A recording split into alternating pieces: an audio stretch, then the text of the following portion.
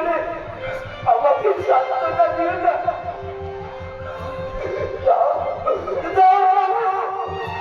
আমার আমার স্বামীর জীবনে তুমি ফিরিয়ে দাও। আমার স্বামীর জীবনে ফিরিয়ে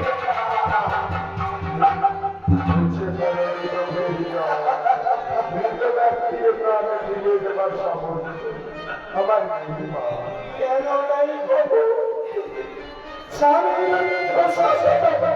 করে যে তোমার চরণে আসছে তাই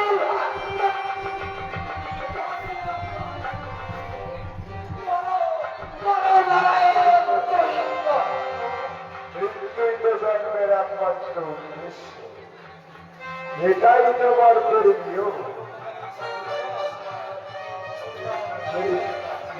তোমার সর্বপুত্র থেকে নিয়ে ভারতের ইতিহাসে পুরাণের পাতায় ছিল স্মরণীয় হয়ে লেখা থাকবে আজকের কাহিনী।